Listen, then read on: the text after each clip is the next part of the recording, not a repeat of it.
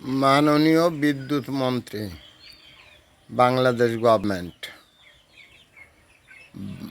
বাংলাদেশ সরকারের মাননীয় বিদ্যুৎ মন্ত্রী মহোদয়কে বলছি, আমি হার্টের একজন পেশেন্ট, বয়স 70-এর উপরে।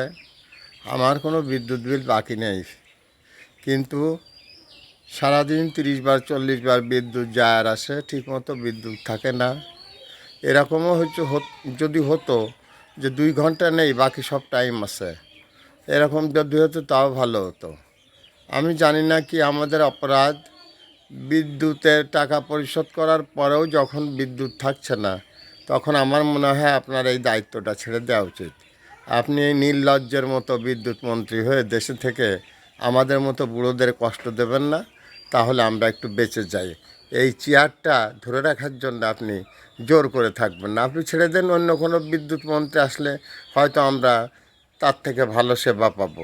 তাই সবিনয় নিবেদন, আপনি যে বিদ্যুৎ মন্ত্রী, এই বিদ্যুৎ মন্ত্রী হিসেবে আপনি ইনঅ্যাক্টিভ, অযোগ্য। আপনি দয়া করে এটা ছেড়ে দেন। মাননীয় প্রধানমন্ত্রীর কাছে বলেন যে আপনি বিদ্যুৎ মন্ত্রী থাকবেন না, উনি আরেকজন বিদ্যুৎ মন্ত্রী যদি নিয়োগ দেন, তাহলে দেখা যাবে যে আমাদের মতো বুড়ো মানুষের একটু কাজ হবে, আমরা একটু ভালো বিদ্যুৎ পাবো। এই প্রত্যাশা নিয়ে আমার এই programme. Mohammad Fakhrul Alam master, viral sir, বিনা বেতনের পারিবারিক পাঠশালার শিক্ষক।